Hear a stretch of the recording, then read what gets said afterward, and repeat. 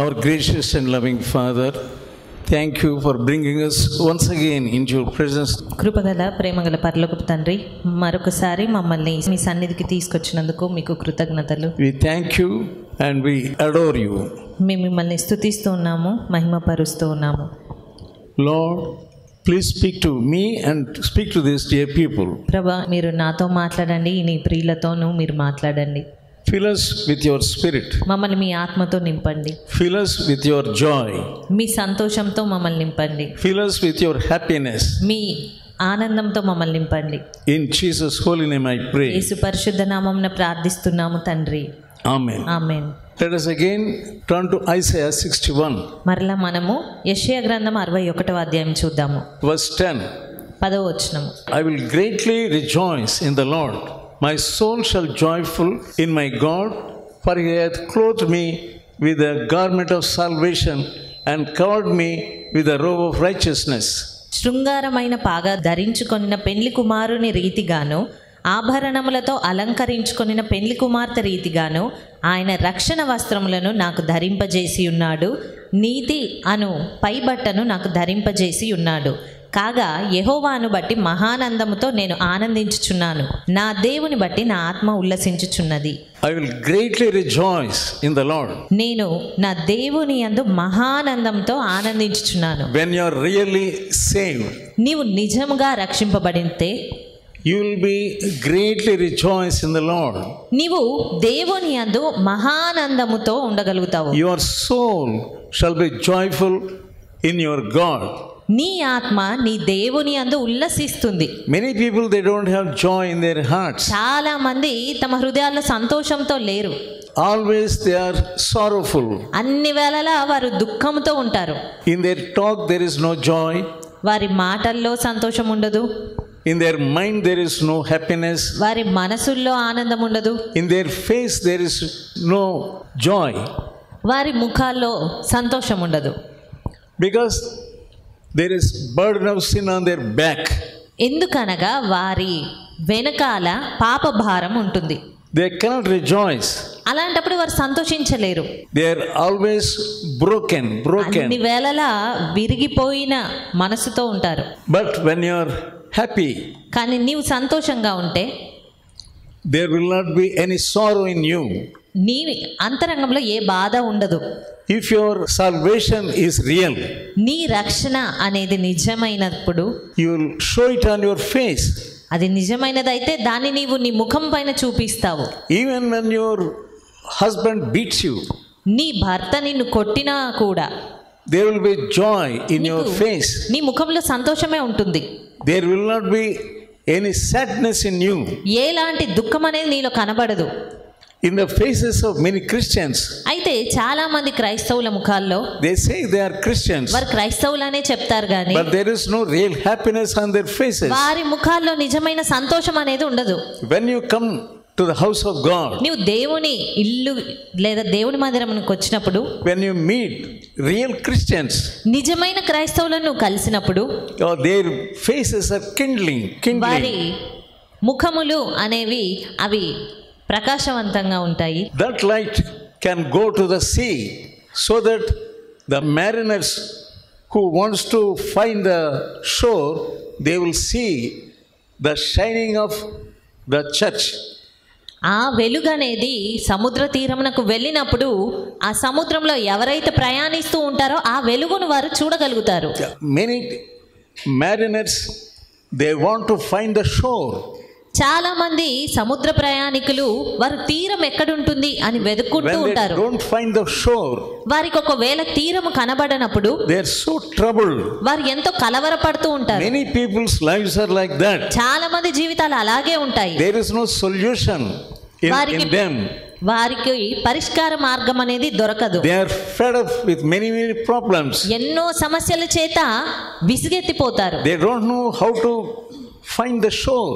అలాంటి వారికి గమ్యం ఎలాగ కనుక్కోవాలి అనే విషయం తెలియదు. But if you are a Christian, కానీ నీవు క్రైస్తవుడవైతే you can be useful to many people who do not find any solution for their problems. వారి సమస్యలకు పరిష్కారం దొరకని ఎంతో మంది క్రైస్తవులకు నీవు ఒక పరిష్కారంగా ఉండగలుగుతావు. If you are a real Christian, నీవు నిజమైన క్రైస్తవుడవైతే you will always be happy. నీవు అన్ని వేళలా సంతోషంగా ఉంటావు. Your neighbors find that happiness.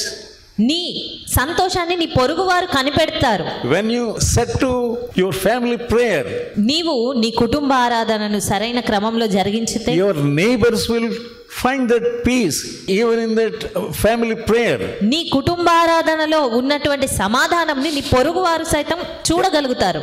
When you sing with rejoicing, నీవు ఉత్సాహముతో పాటలు పాడుతున్నప్పుడు they will find that rejoicing in your singing also. వారు ఆ సంతోషాన్ని నీ పాటల్లో సైతం కనిపెట్టగలుగుతారు. They will come to you and ask you, వారు వచ్చి నిన్ను అడుగుతారు, what is the mystery of your rejoicing?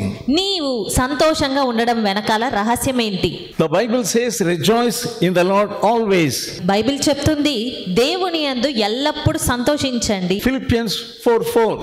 ఫిలిప్పీలకు రాసిన పత్రిక 4:4లో ఆ మాట మనం చూడగలుగుతాము. Rejoice in the Lord always. ఎల్లప్పుడూ ప్రభువునందు ఆనందించుడి. If you are in the Lord, నీవు ప్రభువునందు ఉంటే you will be rejoicing always. నీవు అన్ని వేళలా ఆనందించగలుగుతావు. Saint Paul was writing this letter పరిశుద్ధుడైన పౌలు ఈ ఉత్తరం రాస్తూ ఉన్నాడు, where he was in the jail and writing to believers to rejoice always. అతడు చెరసాలలో ఉండి విశ్వాసులందరికీ రాస్తూ ఉన్నాడు, అన్ని వేళలా సంతోషించండి, ఆనందించుడి అని. He was in the prison. అతడు ఆ సమయానికి చెరసాలలో ఉన్నాడు. He knew how to be in the prison, అతనికి తెలుసు ఏ రీతిగా ఉండాలి చెరసాలలో అని. how to rejoice in the prison. ఆ చెరసాలలో ఏ రీతిగా సంతోషించాలి అని అతనికి తెలుసు. We see him rejoicing once in jail of Philippi. అతడు ఫిలిప్పీ జైల్లో ఉన్నప్పుడు When Paul and Silas were in the service of God there in that place, పౌలు శీలలు ఆ స్థలంలో దేవుని పరిచర్య జరిగిస్తూ ఉండగా Paul delivered a damsel from the demon of Python. పౌలు ఒక దయ్యము పట్టినటువంటి చిన్నదాన్ని ఆ దయ్యం నుంచి విడిపించినప్పుడు And the masters were very sad. ఆ చిన్నదానికి సంబంధించిన యజమానులు ఎంతో బాధపడిపోయారు. After the devil went away from her, ఆ చిన్నదాని నుండి ఆ దయ్యము వెళ్ళిపోయిన తర్వాత they were sad because their money has gone. ఆ యజమానులు బాధపడుతున్నారు, ఎందుకంటే వారికి వచ్చే ధనము అనేది పోయింది గనక. They took hold of many people in the market. వారు సంతలో కొంతమందిని పట్టుకొని They all finally went to magistrates. వారందరినీ సమకూర్చుకొని అక్కడ ఉన్నటువంటి న్యాయాధిపతుల యొద్దకు వెళ్ళిపోయారు. And what did they do? అక్కడికి వెళ్ళి ఏం చేస్తూ ఉన్నారు? Instead of feeling happiness, సంతోషించడానికి బదులుగా 23rd verse of 16th chapter of Acts, అపోస్తుల కార్యములు 16వ అధ్యాయము 23వ వచనము, they laid many stripes upon Paul and Silas. They cast them into prison, charging the jailer to keep them safely. వారు చాలా దెబ్బలు కొట్టి వారిని చెరసాలలో వేసి భద్రంగా కనిపెట్టవలెనని చెరసాల నాయకునికి ఆజ్ఞాపించిరి. 24వ వచనం, They thrust them into the inner prison and made their feet fast in the stocks. అతడు అట్టి ఆజ్ఞను పొంది వారిని లోపలి చెరసాలలోనికి త్రోసి వారి కాళ్లకు బొండ వేసి బిగించెను. He was there in the jail with stripes. అతడు దెబ్బలు పొంది జైల్లో ఉన్నాడు. What were they doing? అక్కడ వారు ఏం చేస్తున్నారు? 25th verse. 25వ వచనము, At midnight Paul and Silas prayed and sang praises unto God, and the prisoners heard them. అయితే మధ్యరాత్రి వేళ పౌలును శీలయు దేవునికి ప్రార్థించుచు కీర్తనలు పాడుచునుండిరి, ఖైదీలు వినుచునుండిరి. With stripes on their bodies they were praising God. వారి శరీరం అంతా కూడా దెబ్బలతో ఉన్న సమయంలో దేవుణ్ణి స్తుతిస్తూ ఉన్నారు. They were singing the songs of praise. వారు దేవునికి ప్రార్థిస్తూ కీర్తనలు పాడుతున్నారు. That is the work of the Holy Spirit. అది పరిశుద్ధాత్ముని కార్యము. If there is Holy Spirit in you, నీలో పరిశుద్ధాత్ముడు ఉంటే, that is the mystery. You will be with joy. నీవు సంతోషంగా ఉండడం వెనకాల ఉండే రహస్యం అదే అవుతుంది. With stripes in your bodies. నీ శరీరం పైన దెబ్బలు కలిగి ఉండి you will be happy. నువ్వు సంతోషంగానే ఉంటావు. But when anybody strikes you, అయితే ఎవరైనా నిన్ను కొట్టితే, when anybody tells anything against you, నీకు వ్యతిరేకంగా ఎవరైనా ఏదైనా చెప్పినా you are not happy at all. నువ్వు ఎంత మాత్రం సంతోషంగా లేవు. That means you don't have the experience of Holy Spirit. అంటే నీకు పరిశుద్ధాత్మని అనుభవం లేదని అర్థం. Both this Paul and Silas, మరి ఇద్దరు కూడా పౌలు శీలలు they were filled with the Holy Spirit. వీరిద్దరు కూడా పరిశుద్ధాత్మతో నింపబడ్డారు. When you are filled with the Holy Spirit, నీవు పరిశుద్ధాత్మునితో నింపబడితే, when your husband beats you, నీ భర్త నిన్ను కొట్టినప్పుడు you will be happy. నీవు సంతోషిస్తావు. That is the mystery of this Christian religion. ఈ క్రైస్తవ జీవితంలోని భక్తి వెనకాల ఉన్న రహస్యం అది.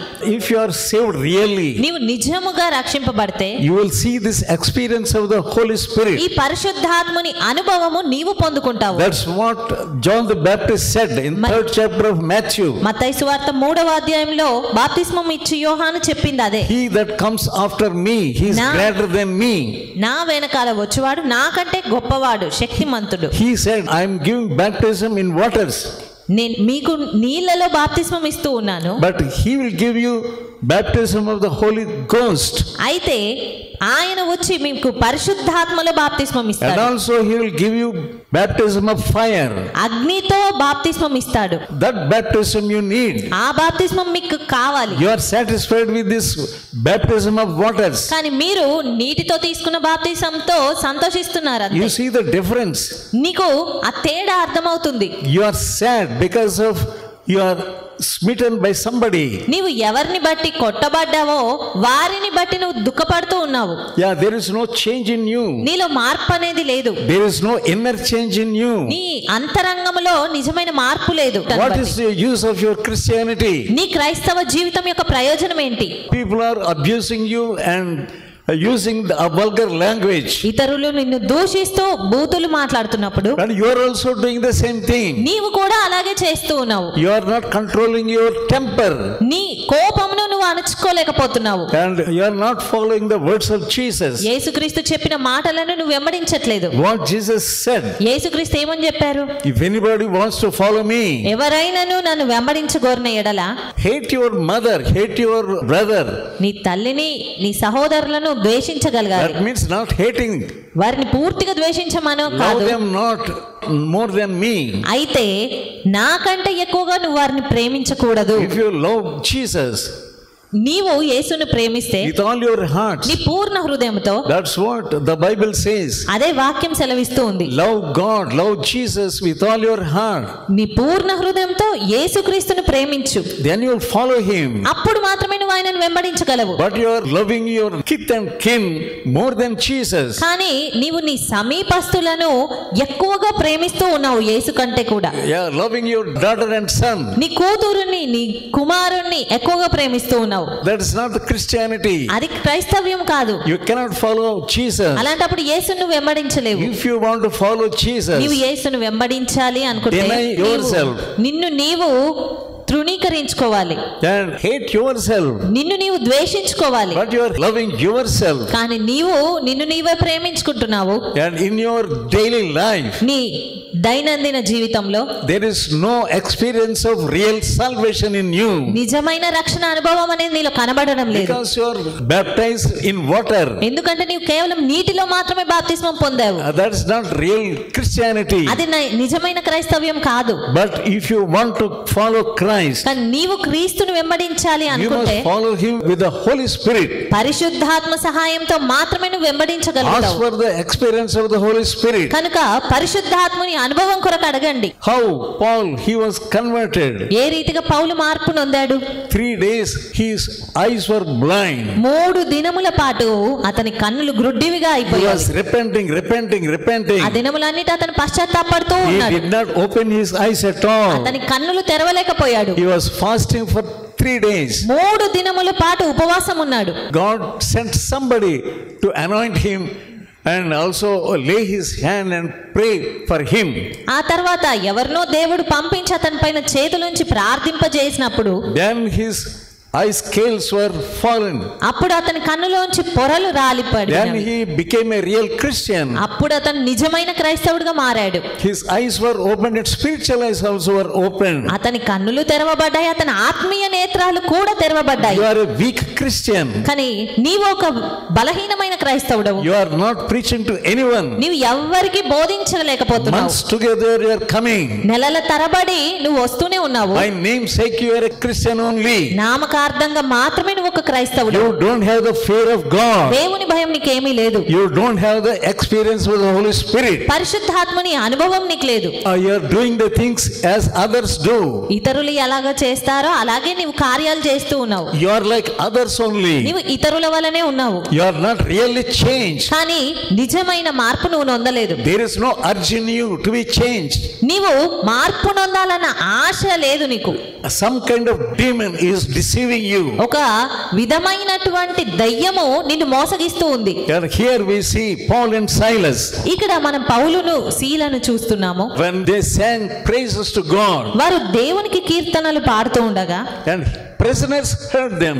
ఖైదీలు వింటూ ఉన్నారు వాటిని. And what happened? అప్పుడు ఏం జరిగింది? Suddenly there was a great earthquake, so that foundations of the prison were shaken, and immediately all the doors were opened and everyone's hands were loosed.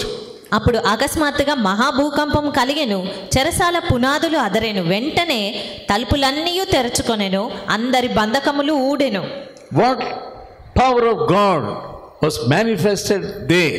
ఎలాంటి దేవుని శక్తి అనేది అక్కడ కనబడుతూ ఉంది. When with the stripes, when they sang praises to God, వారికి ఉన్నటువంటి ఆ దెబ్బలతోనే వారు కీర్తనలు పాడగా, and God's mighty power operated there. దేవుని యొక్క గొప్ప శక్తి అక్కడ కార్యం చేస్తూ ఉంది. Jesus was a man of sorrows. యేసుక్రీస్తు మరి రోదించే వ్యక్తిగా ఉన్నాడు.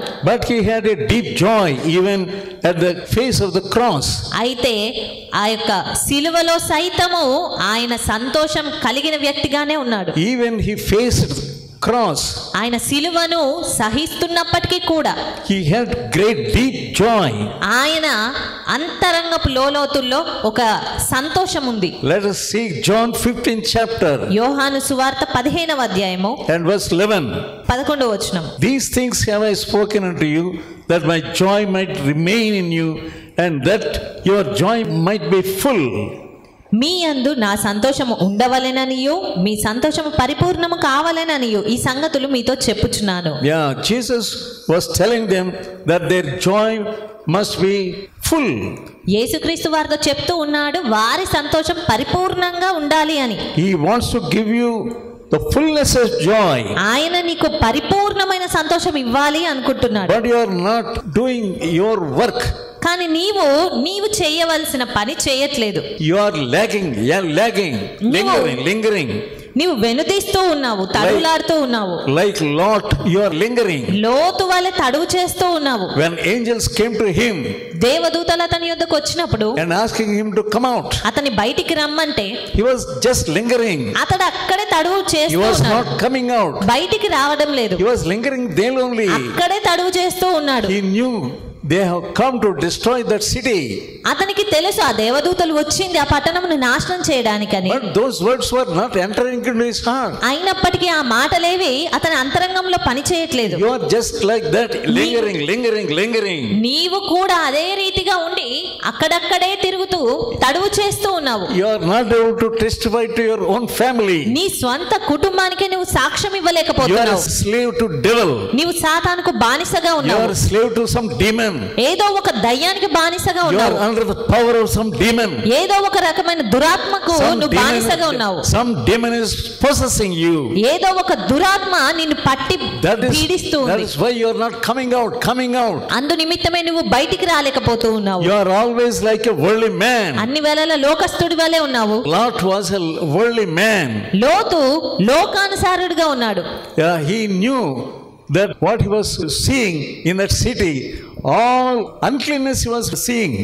లోతుకు తెలుసు ఆ పట్టణం అంతా ఏం కనబడుతుంది అని. కేవలం అపవిత్రతనే అతనికి కనిపిస్తూ It వచ్చింది. was not safety to his children also. అది తన పిల్లలకు సైతం ఎంత మాత్రం క్షేమం కాదు. After knowing everything, అన్ని తెలిసినా కూడా he was not coming out. అతడు బయటికి And రాలేకపోతున్నాడు. you are also not coming out. నీవు కూడా బయటికి రాలేకపోతున్నావు. Even if I tell you, నేను నీకు చెప్పినా కూడా come and spend some days here, వచ్చి ఇక్కడ కొన్ని దినములు గడుపు అంటే brother, we are not able to understand నీవు ఎంత మాత్రం అర్థం because చేసుకోలేకపోతున్నావు. of the darkness in you. నీలో ఉన్న చీకటిని బట్టి What Jesus said, యేసుక్రీస్తు ఏమని చెప్పారు? look at the birds. పక్షులను చూడుడి, Who is feeding them? ఎవరు వాటిని పోషిస్తున్నారు? We see lakhs and crores of birds. లక్షలాది లేదా కోట్ల కొలది పక్షులను మనం చూస్తూ ఉంటాం. God is feeding. Heavenly Father is feeding them. వాటన్నిటిని కూడా మన పరమందున్న తండ్రి పోషిస్తూ ఉన్నారు. They sow not. అవి ఎన్నడూ విత్తవు, They don't reap. అవి కోయవు. But Heavenly Father is feeding them. అయితే మన పరమందున్న తండ్రి వాటన్నిటిని పోషిస్తూ ఉన్నాడు. But you want some job to get some money. కానీ మరి నీకు కొంత డబ్బును పొందుకోవడానికి ఏదో ఒక ఉద్యోగం కావాలి. No, why are you not believing that word? ఎందుకు ఆ మాటను నువ్వు And నమ్మలేకపోతున్నావు? look at the lilies of the field. ఆ అడవి పువ్వులను చూడాలి. If you want some dress, నీకు ఒక వస్త్రాలే కావాలి అని అనుకుంటే look at those lilies. ఆ అడవి పువ్వులను చూడు. They will speak to you. ఆ పువ్వులే నీతో మాట్లాడతాయి. The birds are speaking to you. ఆ పక్షులు నీతో The మాట్లాడతాయి. lilies are speaking to you. ఆ పువ్వులు నీతో మాట్లాడుతూ But you ఉన్నాయి. are not able to understand the power of God. కానీ నీవు దేవుని శక్తిని అర్థం If you చేసుకోలేకపోతున్నావు. want to come into God's work, దేవుని పరిచర్యలోనికి నువ్వు రావాలి you must అనుకుంటే have faith. నీకు విశ్వాసం ఉండాలి. That's why Jesus said, look at the birds. అందుకే యేసుక్రీస్తు చెప్పారు, పక్షులను చూడు. But now God is telling you, కానీ ఈ సమయంలో దేవుడు నీకు చెప్తూ ఉన్నాడు, if you want to be a follower of Jesus, నీవు యేసుని వెంబడించే వ్యక్తిగా ఉండాలి అని అనుకుంటే have faith in Him. ఆయనలో విశ్వాసం ఉంచు. He is really calling you. ఆయన నిజముగా నిన్ను పిలుస్తూ ఉన్నాడు. But you don't have strength at all. కానీ నీకు వచ్చే శక్తే లేదు. He will feed you. ఆయన నిన్ను పోషిస్తాడు. He will give you whatever you want. నీకు ఏది కావాలో అది నీకు ఆయన ఇస్తారు. From the beginning of our ministry, పరిచర్య ఆరంభం నుండి I learned that. నేను దాన్ని నేర్చుకున్నాను. Are you learning how to be fed by Jesus? యేసుతో పోషింపబడటం ఎలా అనే విషయం నువ్వు How నేర్చుకున్నావా? to be fed by your heavenly Father? నీ పరమ తండ్రి ద్వారా ఎలాగ పోషింపబడాలి అని He will show you how to be fed and how to live a godly life. ఏ రీతిగా నువ్వు పోషింపబడాలి, దైవికమైన జీవితం ఎలా జీవించాలి అనేది ఆయన నీకు నేర్పిస్తారు. You must always rejoice in the Lord. కాబట్టి నీవు అన్ని వేళలా దేవుని యందు ఆనందించాలి. Whether you meet anything, నీవు దేన్ని పొందుకున్నా లేదా దేన్ని కలుసుకోవలసి వచ్చినా you must praise God always. నీవు అన్ని వేళలా దేవుని స్తుతించాలి. And that is the weapon to crucify the devil. సాతానును సిలువ వేయుటకు నీకు ఇవ్వబడినటువంటి ఆయుధము స్తుతి. It is a mightier weapon. అది ఎంతో శక్తివంతమైన ఆయుధము.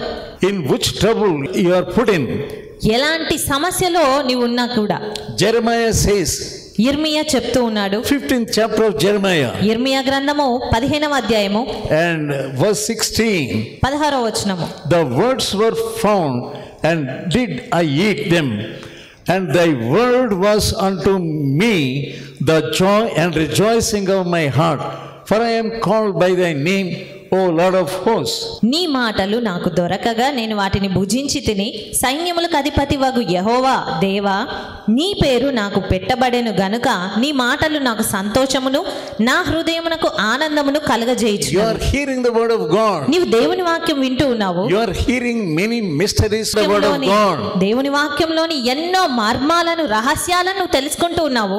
But are you rejoicing like that? అయితే నీవు ఆ రీతిగా సంతోషించగలుగుతున్నావా? When Jeremiah ate the word of God, ఇర్మియా దేవుని వాక్యమును భుజించినప్పుడు he was rejoicing. అతను సంతోషిస్తూ ఉన్నాడు. In his heart he was rejoicing. అతని హృదయం అందు అతను ఆనందం కలిగి ఉన్నాడు. Are you rejoicing when you are hearing the word of God? మరి నీవు దేవుని వాక్యము వింటున్నప్పుడు సంతోషించగలుగుతున్నావా? Instead of rejoicing, ఆనందించుటకు బదులుగా you are always blaming yourself and blaming others and filled with sorrow. అన్ని వేళలా నిన్ను నీవు నిందించుకుంటావు లేదా ఇతరులను నిందిస్తూ బాధతో నింపబడుతూ ఉన్నావు. God did many things in the time of Nehemiah. దేవుడు నెహెమ్యా సమయంలో ఎన్నో కార్యాలు చేశాడు. And let us turn to Nehemiah 12th chapter. Nehemiah గ్రంథము 12వ అధ్యాయం చూద్దాము. And verse 43. Also that day they offered great sacrifices and rejoiced, for God had made them rejoice with great joy, so that the joy of Jerusalem was heard even afar off. 43వ వచనము. మరియు దేవుడు తమకు మహానందము కలగజేసెనని ఆ దినమున వారు గొప్ప బలులను అర్పించి సంతోషించిరి. వారి భార్యలు పిల్లలు కూడా సంతోషించిరి. అందువలన యెరూషలేములో పుట్టిన ఆనంద ధ్వని బహుదూరమునకు వినబడెను. God made them rejoice.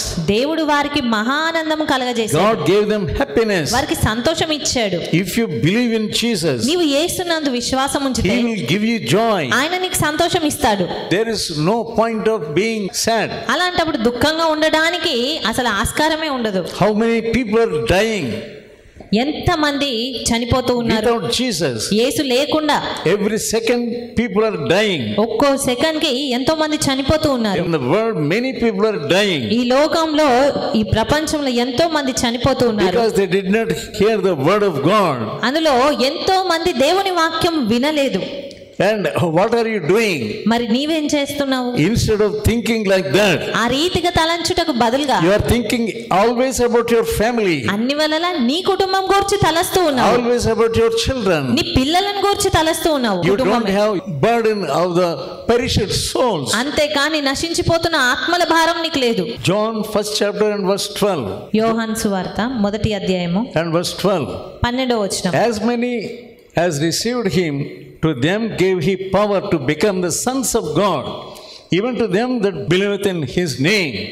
తన్ను ఎందరు అంగీకరించిరో వారికి అందరికీ, అనగా తన నామమునందు విశ్వాసం ఉంచిన వారికి దేవుని పిల్లలగుటక ఆయన అధికారం అనుగ్రహించెను. To such an extent he loved you. అంతవరకు ఆయన నిన్ను ప్రేమిస్తూ ఉన్నాడు. He is calling you as a son ఆయన తన కుమారునిగా నిన్ను పిలుస్తూ ఉన్నాడు. because you believed in him. ఎందుకంటే ఆయన యందు నువ్వు విశ్వాసం ఉంచినందున. But what gratitude you have? అయితే ఏ కృతజ్ఞత నువ్వు కలిగి ఉన్నావు? Why you are not able to preach? ఎందుకు నీవు బోధించలేకపోతున్నావు? What is holding you? ఏది నిన్ను ఆపుతుంది?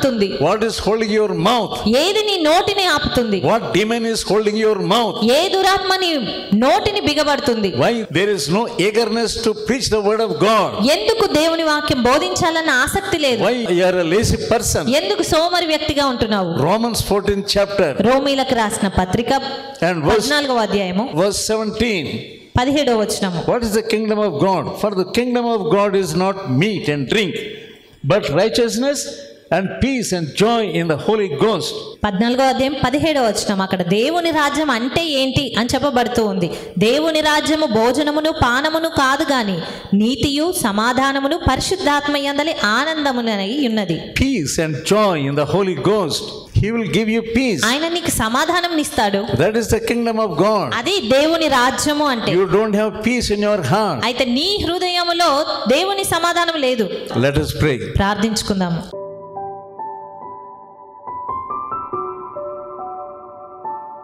Loving and heavenly Father, ప్రేమగల పరలోకపు తండ్రి, thank you Lord for giving us your word.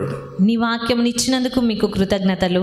Help us Lord to have joy in our hearts. మా హృదయాల్లో సంతోషంతో ఉండగలుగుటకు మాకు సహాయం. Real joy in our hearts. నిజమైన సంతోషం మా హృదయాల్లో ఉండాలి. Help us Lord to be kingdom minded.